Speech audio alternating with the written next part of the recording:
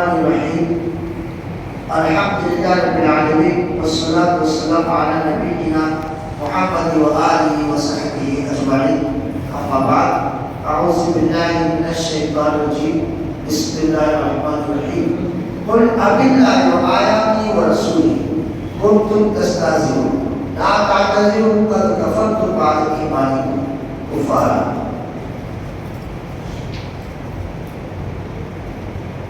نواقض اسلام میں سے چھٹے ناقض اسلام یعنی 5 گزر چکے، یہ چھٹا ہے جس کی وجہ سے ہمارا اسلام دماغ ختم ہو جاتا ہے، ہم دائرے اسلام سے نکل جاتے ہیں. وہ کون سی چیز ہے جس کی وجہ سے ہم نکلتے ہیں؟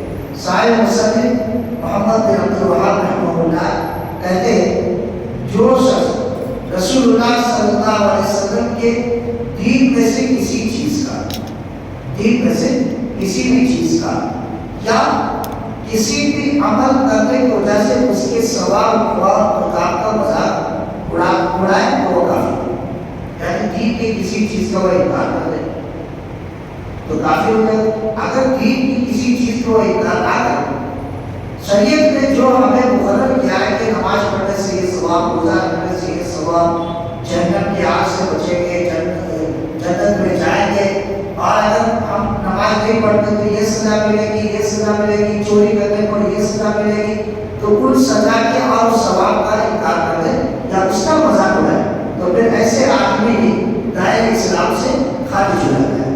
اس کی دلیل کیا ہے؟ فرماتے ہیں قرآن مجید سورہ توبہ آیت نمبر 65 اور 66 میں قل اباللہ وآیاتہ ورسولہ کنتم تستہزئون، کہہ دیجئے کہ اللہ، اس کی آیتیں اور اس کا رسول ہی تمہارے ہنسی مذاق میں رہ گئے.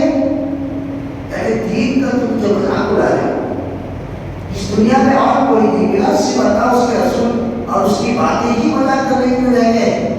تو تم بہانے نہ بناؤ، یقیناً تم اپنے ایمان کے بعد بے ایمان ہو گئے. مطلب اگر تم اللہ، اس کے رسول کا مذاق اڑاتے ہو، اس کی آیتوں کا مذاق اڑاتے ہو، حدیث کا مذاق اڑاتے ہو، تو پھر ایمان ہو والے تھے اندر، لیکن مذاق اڑانے کی وجہ سے اب تم کافر ہو، دائرۂ اسلام سے خارج ہو. یہ بہت خطرناک مسئلہ ہے، بہت ہی خطرناک، کیونکہ جو ناقض اسلام اس سے پہلے گزر چکے ہیں، جس نے رسول اللہ صلی اللہ علیہ وسلم کی لائے شریعت میں سے کسی چیز سے بغض رکھا تو اس نے کفر کیا. اس کا تعلق دین کے اعمال سے، اس کا تعلق دین کے اعمال سے، جیسے کرائے کے بغض، لیکن استہزاء اور مذاق اڑانے کا تعلق کہاں سے ہے؟ سوال سے. سوال سے دین میں ہم لوگوں نے شریعت کے کس حکم کا مذاق اڑایا یا انکار کیا وہ نہیں بہتر جانتا ہے، لیکن زبان سے یہ جو مذاق اڑانا ہے کس ہے؟ آپ کی زبان سنائے، اور زبان یہ بہت ہی خطرناک ہے.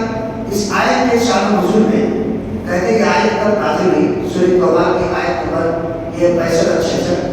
اس کے شان نزول میں بتاتے ہیں بہت ہی اہم واقعہ ہے. جب غور کریں کس طرح سے اللہ رب العزت نے ان کو تنبیہ کی.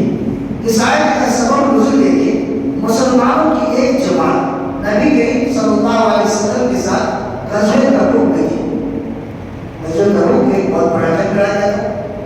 اس میں مسلمان کی ایک جماعت اللہ کے نبی صلی اللہ علیہ وسلم کے ساتھ تھی.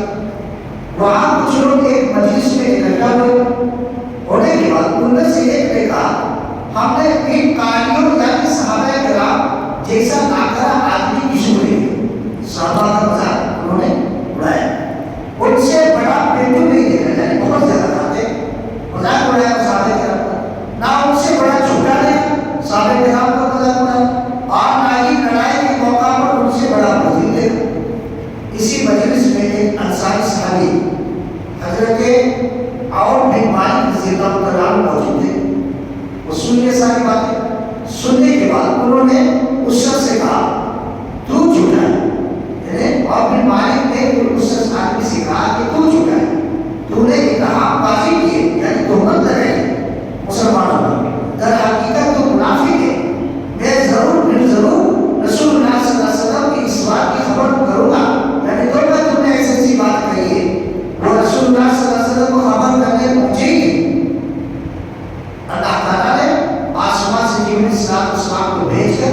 اس مجلس کوئی گفتگو کی خبر نبی کریم صلی اللہ علیہ وسلم کو پہلے تھی اس طرح سے بات ہے. یہ آیت کریمہ جب اللہ کے رسول صلی اللہ علیہ وسلم سے بات نازل ہوئی تو آپ سواری پر سوار ہوئے. اسی دوران وہ آدمی جو یہ بات کہا تھا رسول اللہ صلی اللہ علیہ وسلم کے پاس آ کر معذرت کرنے لگے. کیا معذرت کہنے لگا؟ اے اللہ کے رسول صلی اللہ علیہ وسلم ہم تو یوں آپس میں ہنسی بول رہے ہیں, ایسی میں مذاق کر رہا تھا. میرا ارادہ تو ایسا نہیں تھا کہ اسلام کا مذاق اڑاؤ, صحابہ کرام کا مذاق اڑاؤ, مسلمان کا مذاق اڑاؤ, بس ایسی میں ہنسی مذاق کر رہا تھا تاکہ رائے سفر گفتگو کرتے ہوئے آسانی سے طے ہو جائے. رسول اللہ صلی اللہ علیہ وسلم اس کی طرف کوئی توجہ نہ دے. اسی لیے کبھی کبھی جو ہم لوگ نوجوان لوگ خاص کر کے اور ہم لوگ بات کرتے کبھی کسی احکام کا ہم لوگ مذاق اڑا لیتے ہیں. کبھی بھی غلطی سے بھی اسلام کا ہم مذاق نہ اڑائیں کسی مسئلے میں کہا کہ ہم تو یہ آپس میں ہنسی بول رہے تھے تاکہ ہمارا سفر آسانی کے ساتھ کٹ جائے. رسول اللہ صلی اللہ علیہ وسلم اس کی طرف کوئی توجہ نہ دے, یعنی اس کی طرف دیکھا ہی نہیں اور آگے بڑھتے ہیں اور اس آیت کریمہ سے زیادہ کچھ نہ کہتے ہوئے, یعنی اس سے صرف اتنا کہا قل اباللہ وآیاتہ ورسولہ کنتم تستہزئون لا تعتذروا قد کفرتم بعد ایمانکم کفارا. کہہ دیجیے کہ اللہ, اس کی آیتیں اور اس کے رسول ہی تمہارے ہنسی مذاق کے لیے رہ گئے ہیں. تم بہانہ نہ بناؤ لیکن تم اپنے ایمان کے بعد بے ایمان ہو گئے, یعنی کافر ہو گئے. اس طرح سے اللہ تعالیٰ نے قرآن مجید کے اعتراض کیا کیونکہ اللہ کے نبی صلی اللہ علیہ وسلم اس لوگ موجود تھے. کوئی بھی بات ہوتی تھی اللہ تعالیٰ وحی کے ذریعے سے آپ صلی اللہ علیہ وسلم کو بتا دیا کرتا تھا. تو اسی لیے اللہ کے نبی صلی اللہ علیہ وسلم کا اس آیت میں ایک نقطہ بیان کرتے ہیں, کہتے ہیں قد کفرتم بعد ایمانکم. اس جملے کو لانے کے بعد کہتے ہیں معلوم ہوتا ہے کہ وہ لوگ پہلے مومن تھے. وہ لوگ جو مذاق اڑائے پہلے مومن تھے نہ کہ منافق. اور یہ بھی معلوم ہوا کہ جو بھی اللہ اس کے رسول صلی اللہ علیہ وسلم یا ان کی شریعت کے کسی حصے کا مذاق اڑائے گا وہ مومن ہونے کے بعد کافر اور مرتد ہو جائے گا. مومن تھے لیکن جیسے ہی مذاق اڑایا شریعت کا اللہ کے رسول صلی اللہ علیہ وسلم کا تو پھر ایمان کے بعد ہم لوگ کیا ہوئے, مرتد ہو گئے, کافر ہو گئے. آیت کریمہ کا یہ حصہ میں شاید ہے اگر وہ اپنے اس کلام سے پہلے منافق ہوتے تو اللہ تعالیٰ یہ نہیں فرماتا کہ قد کفرتم بعد ایمانکم کفارا. تو پتہ چلا کہ مذاق اڑانے والے کون تھے؟ مومن تھے. پھر مذاق اڑانے کے بعد آپ لوگ کافر ہو گئے, مرتد ہو گئے. اگر منافق تو اللہ یہ نہیں کہتا قد کفرتم بعد ایمانکم کفارا, یعنی ایمان کے بعد کفر کیا, ایسا نہیں کہتا. اس کا مطلب ایمان ان کے پاس تھا, مذاق اڑانے کی وجہ سے اب وہ کافر ہو گئے. اس آیت میں اللہ نے یہ نہیں کہا وہ ایمان لانے کے بعد کافر ہو, بلکہ کہا وہ اپنے اسلام کے بعد کافر ہو گئے. تو اس طرح سے اللہ تعالیٰ نے ان لوگوں کو ڈانٹا اور کہا کہ یہ لوگ کافر ہو گئے. پھر اگر توبہ کرے ہوئے ہوں گے تو اللہ تعالیٰ اس کو معاف کیا ہوگا, لیکن وہ بات کی بات ہے. اس آیت کریمہ کو لانے کے بعد صاحب کتاب نے یعنی اس کو چند باتیں, چند چیزوں کا ذکر کیا ہے. میں ان میں سے چند چیزوں کا آج ذکر کروں گا, پھر انشاءاللہ کل. پہلی چیز, اللہ کی تعظیم و توقیر ضروری ہے. اللہ کی عزت اکرام کرنا ضروری ہے. جو اللہ کی شان میں گستاخی کرے گا وہ کافر ہو جائے گا. جیسے یہود اس طرح کی گستاخی کی وجہ سے کافر ٹھہرا, اس طرح اللہ کی شان پر انہوں نے کیا کہا, وقالت اليهود مغلولة غلت أيديهم ولعنوا بما قالوا بل يداهم مبسوطتان.